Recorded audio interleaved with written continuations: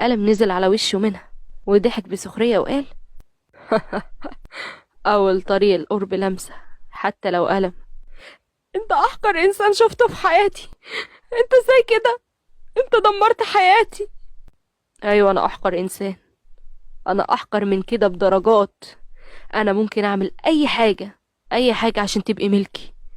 عارفة، لو كنتي أكبر من كده شوية كنت اتجوزتك، بس للأسف الفرق بيني وبينك كبير وانتي لسه صغيرة.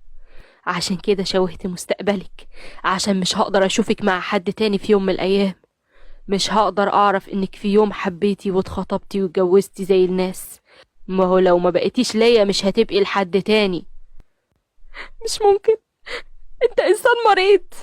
بيكي. مريض بيكي يا وسام. حست وسام في اللحظة دي إنها فعلا واقفة قدام مريض نفسي. فضلت تبصله من فوق لتحت باحتقار، ولسه كانت ماشية ولفت